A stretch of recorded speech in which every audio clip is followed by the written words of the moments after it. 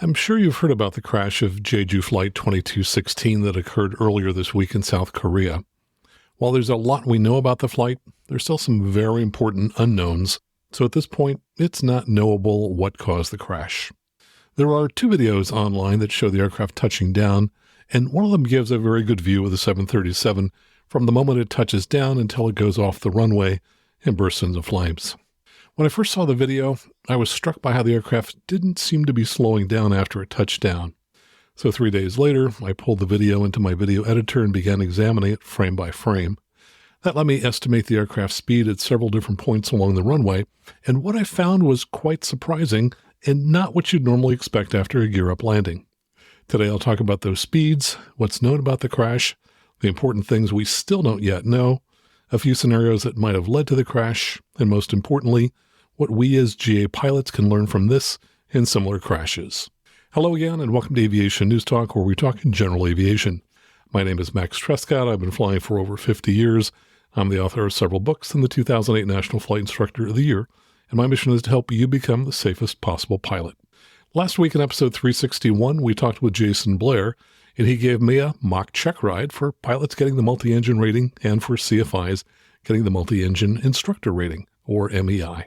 So if you didn't hear that episode, you may want to check it out at aviationnewstalk.com/361. And if you're new to the show, you just found us, you're finally here, welcome. And now if you would, touch either the subscribe key, or if you're using Spotify or the Apple Podcast app, the follow key, so that next week's episode is downloaded for free. And let me remind you, this is a listener-supported show supported by, people just like you, and that we have lots of ways you can show your love and support for the show. And if you've ever thought about donating, this would be a great time to do it. As I've mentioned before, at the beginning of each month, we lose a number of supporters because their credit cards expire, and we lose a lot of those supporters because they never update their credit card. So this would be a great time to go out and sign up. You can support the show via PayPal, Venmo, Zelle, and Patreon. And when you make a donation, I'll read your name on the show. Just go out to aviationnewstalk.com/support. Let's talk about what's generally known about the crash of Jeju Flight 2216. First, let me say that we don't know why the aircraft crashed, but I'm confident we will eventually know the cause, as a cockpit voice recorder has been recovered. The flight data recorder was also recovered, though reports say that it has some damage to it. As I've mentioned before, some countries investigate accidents as criminal acts. The Guardian reported on Thursday, January 2nd, that earlier in the day, police in South Korea raided Muan International Airport, as well as the offices of Jeju Airlines. In a statement, police said, quote, "In relation to the plane accident that occurred on December 29th, a search and seizure operation is being conducted from 9 a.m. on January 2nd at 3 locations. The police plan to swiftly and rigorously determine the cause and responsibility for this accident in accordance with the law and principles." The Guardian also writes, quote, "An official said police had banned the Jeju Air Chief Executive, Kim Ibe, and another unidentified official from leaving the country, calling them key witnesses who potentially face charges of causing death by negligence, which is punishable by up to 5 years in prison, or a fine of up to 20 million won, which is approximately $13,500. So as you can see, in addition to the accident investigators who are on scene, the police are also investigating. And now let's get to the accident. Jeju Air Flight 2216 was a scheduled flight from Bangkok, Thailand to Muan International Airport in South Korea. On Sunday morning, December 29th, the Boeing 737-800 landed gear up on runway 19, slid down the runway on its belly, ran off the end of the runway, and hit a concrete berm that supported the localizer antennas for the ILS. It erupted in flames, killing everybody except for 2 crew members seated in the very back of the aircraft. We have ADS-B data down to about 500 feet AGL as the aircraft approaches runway 1. However, we don't have any data after that. What we do know is that in the next few minutes, the aircraft flew by the airport, turned around, and crash-landed on runway 19. Here's what Flight Radar 24 wrote about the final ADS-B data. Based on the position of the video, it would appear the 737 was landing on runway 19 in the opposite direction of the last received ADS-B position. This leads us to believe that the final ADS-B messages we received represent preparation for possible flypast to the airport. This is often done to visually confirm that the landing gear is either down or not, prior to making a decision on next steps. The chart below shows the altitude and reported vertical speed of the aircraft from 2,000 feet to the last signal received at 500 feet. Looking at the chart they included, it shows the aircraft in a steady descent of about 750 feet per minute. The descent rate increased briefly to about 1,000 feet per minute. Then, just as it reached 500 feet MSL, the vertical speed spiked briefly to an 1,800 foot per minute climb, during which time the aircraft climbed about 100 feet. It briefly resumed a descent of about 700 feet per minute, descended back to 500 feet, and then just as the data ends, the vertical speed went back to zero, suggesting the aircraft was leveling off or about to begin a climb. The data ended at 8:58 a.m. in the morning, most likely because the aircraft flew beyond line of sight from whichever ADS-B receiver in the area was receiving the signal. Like most ADS-B websites, Flight Radar 24 receives data from a network of receivers installed by volunteers and aviation enthusiasts who take the time and money to install these receivers, often in their homes. Now here's a timeline that's been published for this accident. This comes from Wikipedia, and it matches what I've read elsewhere. At 8:54 a.m., the plane was authorized to land. As the plane was preparing to land, it was warned at 8:57 about the potential for a bird strike. A minute later, it issued a Mayday alert. Now, that would have been at 8:58 a.m., which is the exact time at which we see the brief climb in the aircraft's ADS-B data. At 9 a.m., the plane attempted an emergency landing, being forced to go around after the landing gear was not deployed. A minute later, it received authorization to attempt a landing from the opposite direction. The crash occurred between 9:03 and 9:07 a.m., and by the way, most sources say 9:03, as the aircraft belly landed, touching down 1,200 meters or 3,900 feet along the runway. And that was from Wikipedia. Now, the runway is 2,800 meters long, which is nearly 9,200 feet. However, there was ongoing construction which shortened the runway's length from 2,800 to 2,500 meters, or to about 2,800 feet.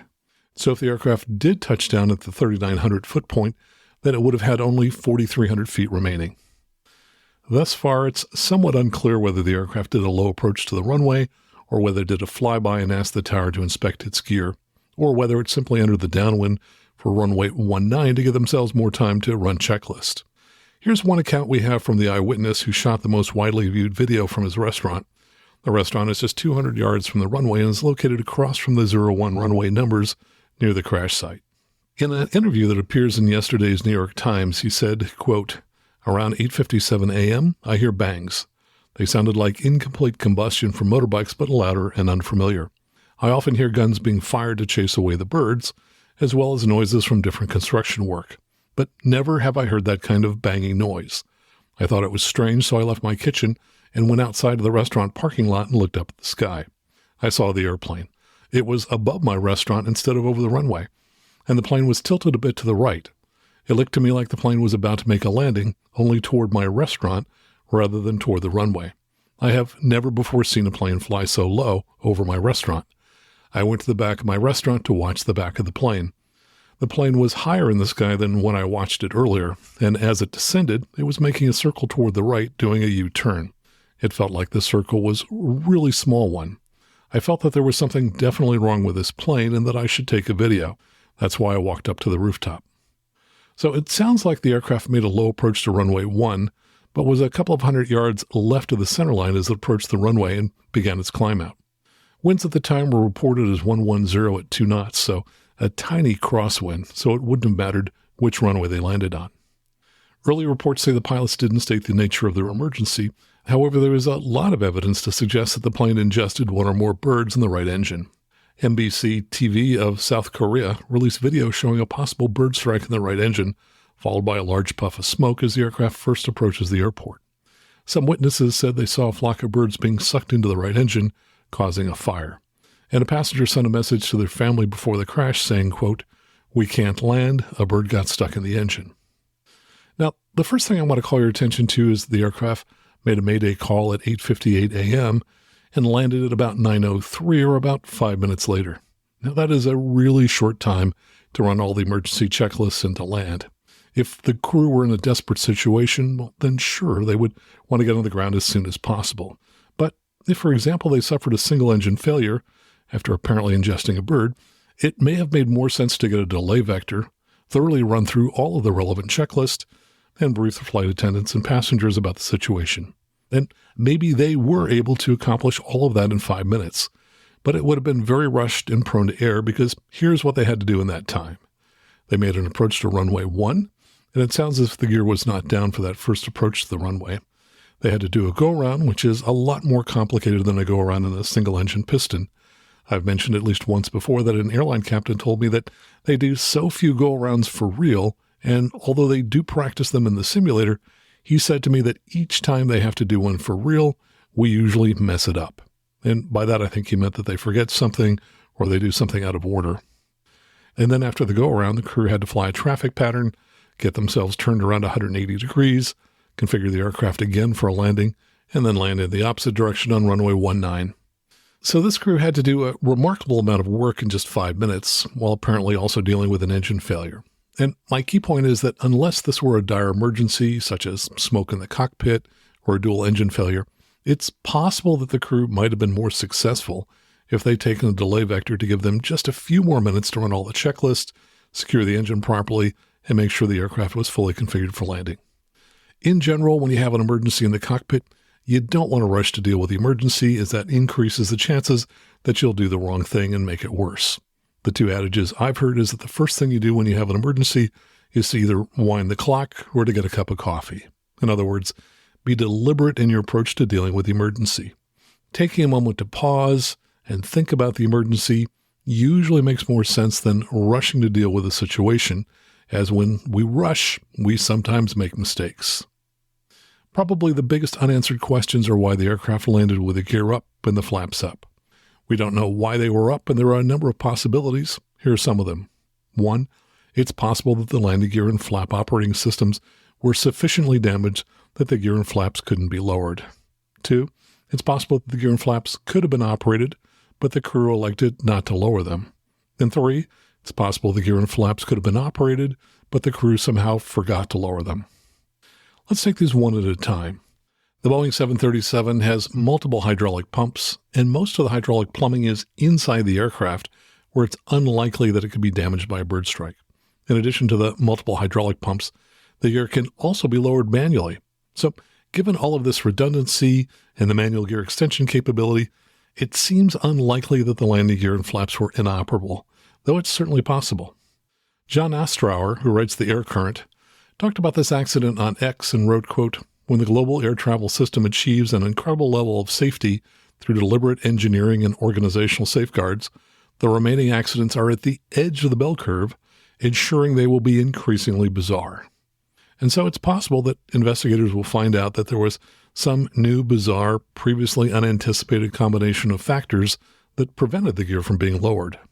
Personally, I think it's more likely that the gear was operable and that the crew either chose to leave it up or inadvertently forgot to lower it.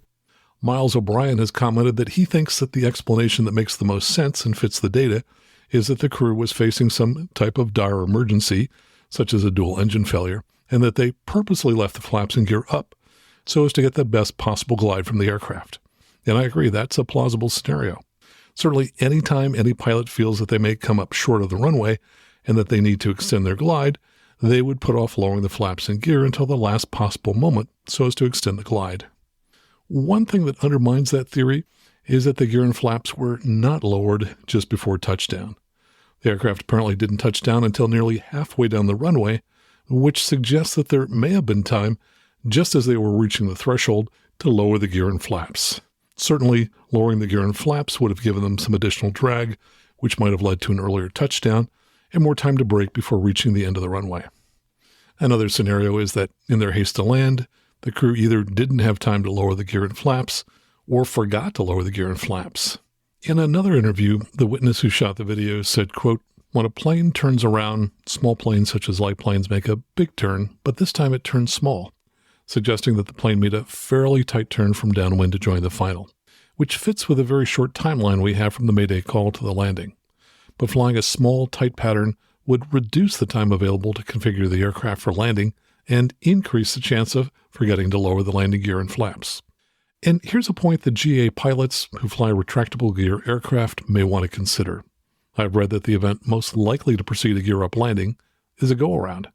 In other words, pilots will often have their aircraft properly configured for landing and then for some reason have to go around. Then they raise the landing gear and fly a traffic pattern back to the runway but forget to lower the landing gear on the second approach to the airport. Here's one way that can happen.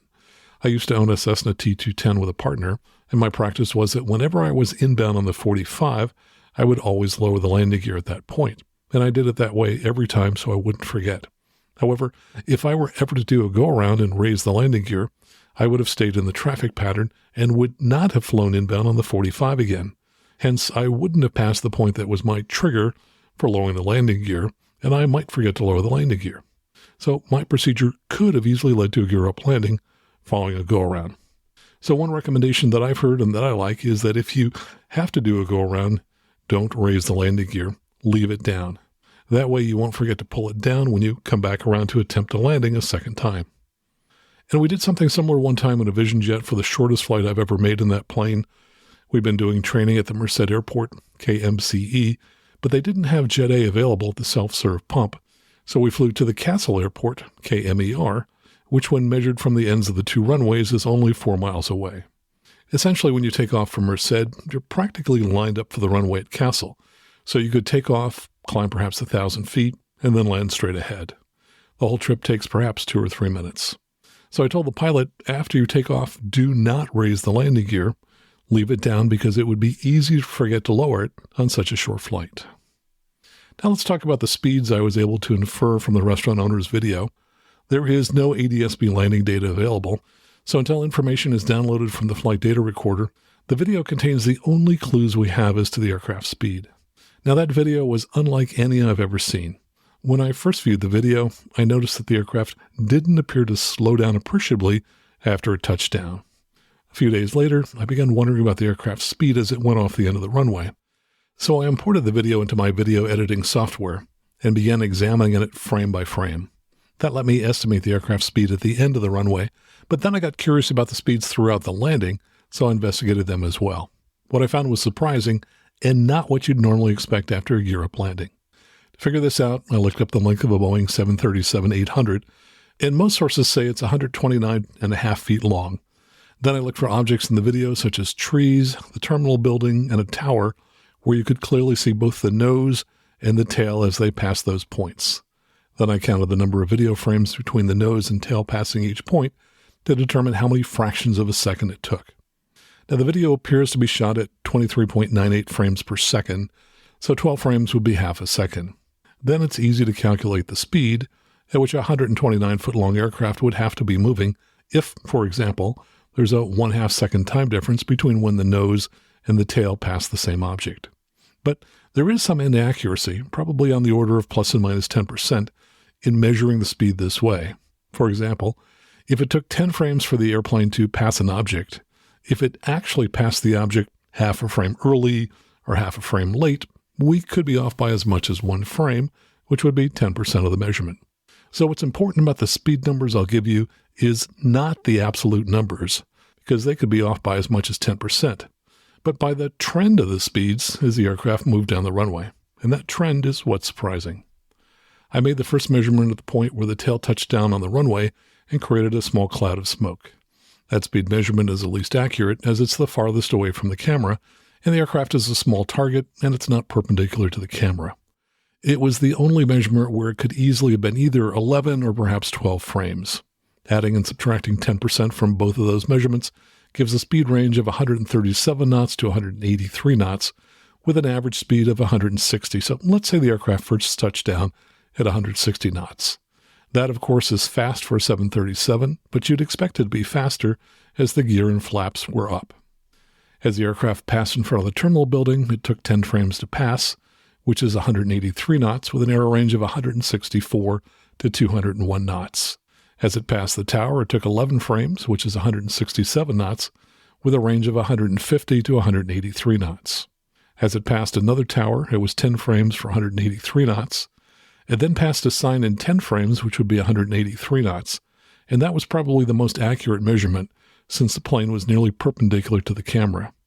It then went off the end of the runway, and when it was about a plane length into the grass, it measured 12 frames or 153 knots with an air range of 137 to 168 knots. So the numbers bounce around a little bit because of the error in this type of measurement, and while experts have commented on the aircraft landing fast, they have missed this point. The aircraft touched down at about 160 knots, and after it went into the grass, it was still doing about 152 knots.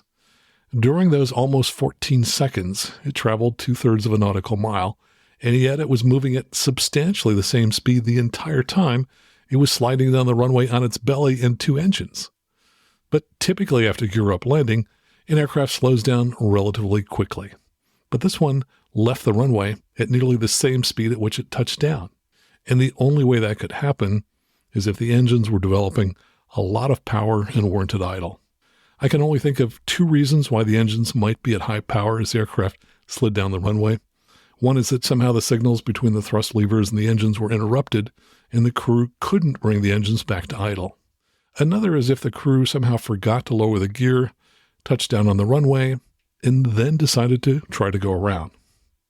And if you're thinking that is crazy, no pilot would ever do that, remember that this aircraft touched down about halfway down the runway at high speed, and the pilots could have thought going around would be the best course of action. And believe it or not, if they did, they would not be the first crew to have tried to do that. On May 22, 2020, Pakistan International Airlines Flight 8303, an Airbus A320, was on a domestic flight to Karachi, Pakistan. During its initial landing attempt, the aircraft touched down without the landing gear deployed, resulting in a belly landing that caused significant damage to both engines. The pilots initiated a go-around, successfully got the airliner back into the air, and traveled a few miles. But then the damaged engines failed, leading to a crash in a residential area near the airport.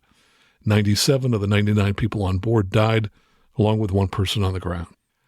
And Air India Express Flight 812, which we talked about in episode 321, also involved a crew that touched down long and fast in the 737. In that accident, the captain had been sleeping for much longer than the recommended nap period of 30 minutes. Naps longer than about 40 minutes can lead to sleep inertia, which is a period of impaired performance and alertness that occurs during the period immediately after waking up. The plane arrived high, intercepted a higher false glide slope on the ILS, leading to a high and fast approach to the runway. Now, in that accident, the landing gear was down, but after landing long and braking, they decided to go around, but it was too late. They went off the runway at high speed, killing 158 people with just 8 survivors.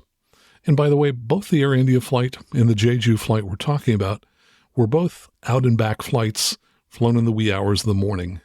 Jeju Flight 2215 left Muan at 9:04 p.m. the night before and flew 5 hours and 45 minutes to Bangkok, landing at 2:28 a.m. Korean time. It was on the ground for about 2 hours and departed about 50 minutes behind schedule at 4:29 a.m. Korean time and flew about 4.5 hours to return to Muan Airport. Now, it's not known if the same crew flew both legs, though it seems unlikely, as the hours flown would exceed the limits for pilots in Korea, unless there was a second co-pilot, in which case it would have just barely been under the maximum duty hours. One other thing I want to mention about the crash we're talking about is that toward the end of the video, one can see the thrust reverser is deployed on the number 2 engine. But it's difficult to tell if the number 1 engine thrust reverser was also deployed. It's only toward the end of the video that we can see that one of them is deployed, and there's no way to know if it was deployed immediately after touchdown or perhaps much later, sometime during the slide down the runway. So regarding the Jeju accident, I tried to verify another alternate explanation, which is that the aircraft touched down at high speed and did decelerate normally as it was sliding down the runway. But the data just don't support that theory. As I mentioned, the least accurate speed measurement was the one when the aircraft first touched down. If the aircraft was at the high end of the error range, it touched down at 183 knots. But the last speed I measured when the aircraft was still on the very end of the runway was 183 knots with an error range of 164 to 201 knots. And that measurement should have been the most accurate since it was directly opposite the camera location and the closest position to the camera. So even if the aircraft touched down at 183 knots, the data show it was still doing 183 knots at the end of the runway, and the only significant deceleration occurred after the aircraft was in the grass. So I do not know what caused this crash, nor do I claim to know. But I think the investigation will show that this aircraft landed long. It did not slow down much at all before it went off the runway, possibly because the engines were still operating at a higher power setting. And I hope a key thing that you'll take away from this is that if you ever have a gear-up landing, Accept your fate and let the airplane coast to a stop on the ground. Attempting to go around after the belly starts sliding down the runway is foolish thinking that could get you killed. You're far better off letting the aircraft decelerate and possibly hit something at a slow speed than you are getting back into the air and possibly hitting something at a high speed.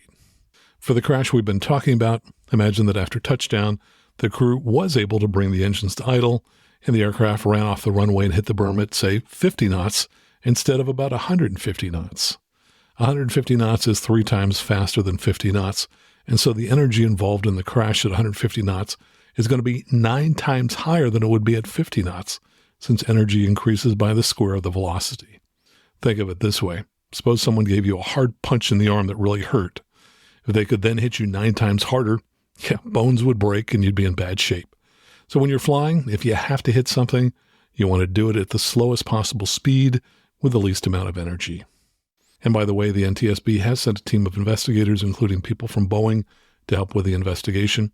And it's likely that we'll have a preliminary report within a month or two that should answer many of the questions about this accident. And just a reminder that I love hearing from you, and I read many of your emails on the show. If you'd like to send me a message, just go out to aviationnewstalk.com, click on Contact at the top of the page. That's absolutely the best way to send me a message. And of course, I also want to thank everyone who supports the show in one of the following ways. We love it when you join the club and sign up at aviationnewstalk.com/support to support the show financially. You can also do that at aviationnewstalk.com/PayPal. We also love it when you leave a 5-star review on whatever app that you're listening to us on now. And of course, if you're in the market for a headset, please consider buying a Lightspeed headset and using one of the links in our show notes, because if you use those links, they will donate to help support the show. So until next time, fly safely, have fun, and keep the blue side up. And remember that you can always go around. You can always go around. If it don't look right coming down, don't wait until your side's maybe sliding upside down.